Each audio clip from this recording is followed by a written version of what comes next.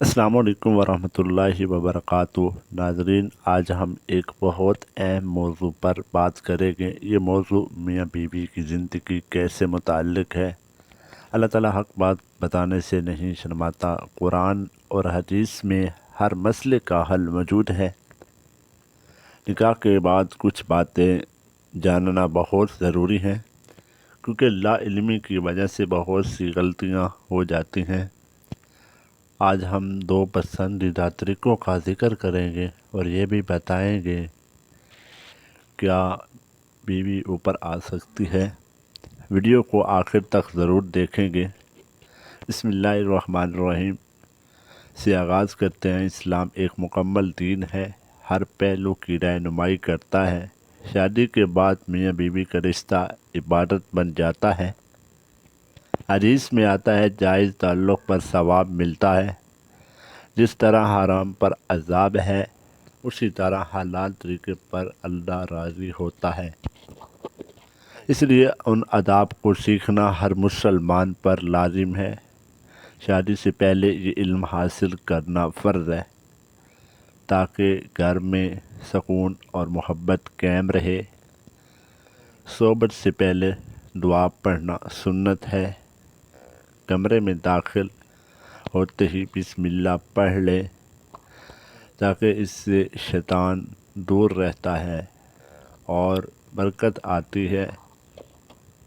علماء فرماتے ہیں نیت صاف ہونی چاہیے، اولاد نیک مانگنی چاہیے اللہ سے۔ اگر ادب کا خیال رکھا جائے تو زندگی آسان ہو جاتی ہے، ورنہ پریشانیاں اور دوریاں پیدا ہو جاتی ہیں۔ اللہ پاک قرآن میں واضح فرما دیا، تمہاری بیویاں تمہارے لیے کھیتی کی طرح ہیں۔ سورۃ بقرہ کی یہ آیات بہت اہم ہے۔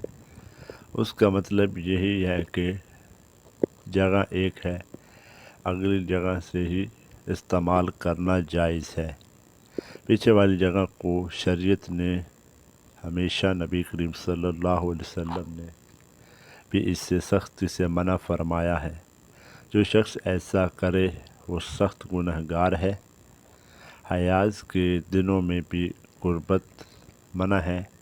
اللہ تعالیٰ نے فرمایا ہے کہ پاک ہونے تک انتظار کرو، جب غسل کر لیں تب ہی رجوع کرنا بہتر۔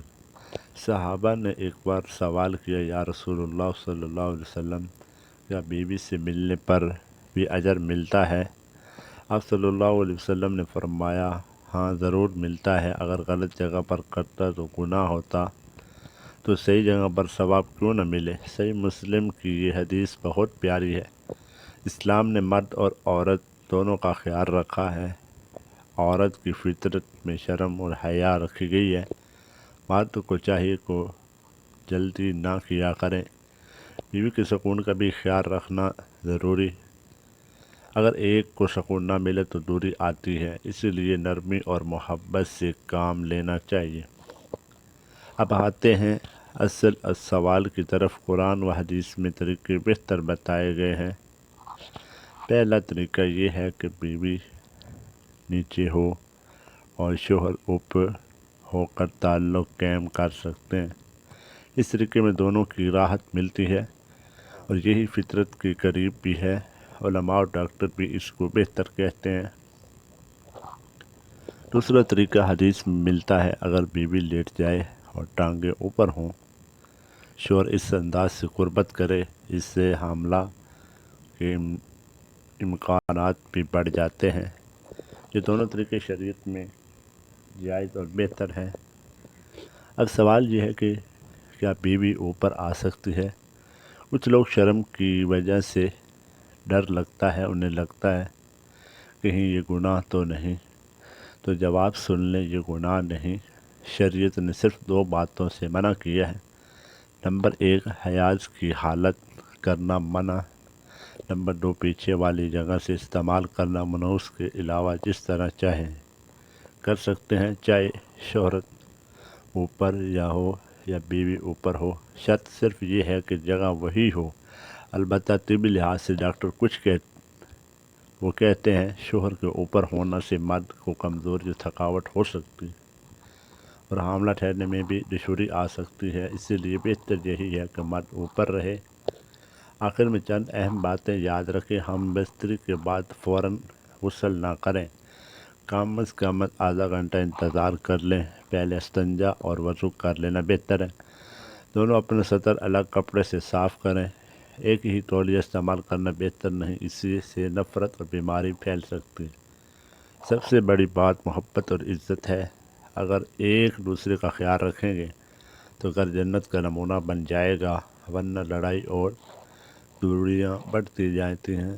اللہ ہم سب کو حلال رزق اور سکون دے اور شریعت کے مطابق زندگی گزارنے کی توفیق دے۔ دعا ہے اللہ پاک ہمیں 5 وقت کا نمازی بنائے، آمین ثم آمین یا رب العالمین۔ ویڈیو اچھی لگے تو لائک اور شیئر، وقار اسلامی آفیشیل چینل کو سبسکرائب کرنا نہ بھولیں، کومنٹ میں لازمی اللہ کا نام لکھ دیں۔ پھر ملیں گے نئی ویڈیو۔ السلام علیکم ورحمۃ اللہ۔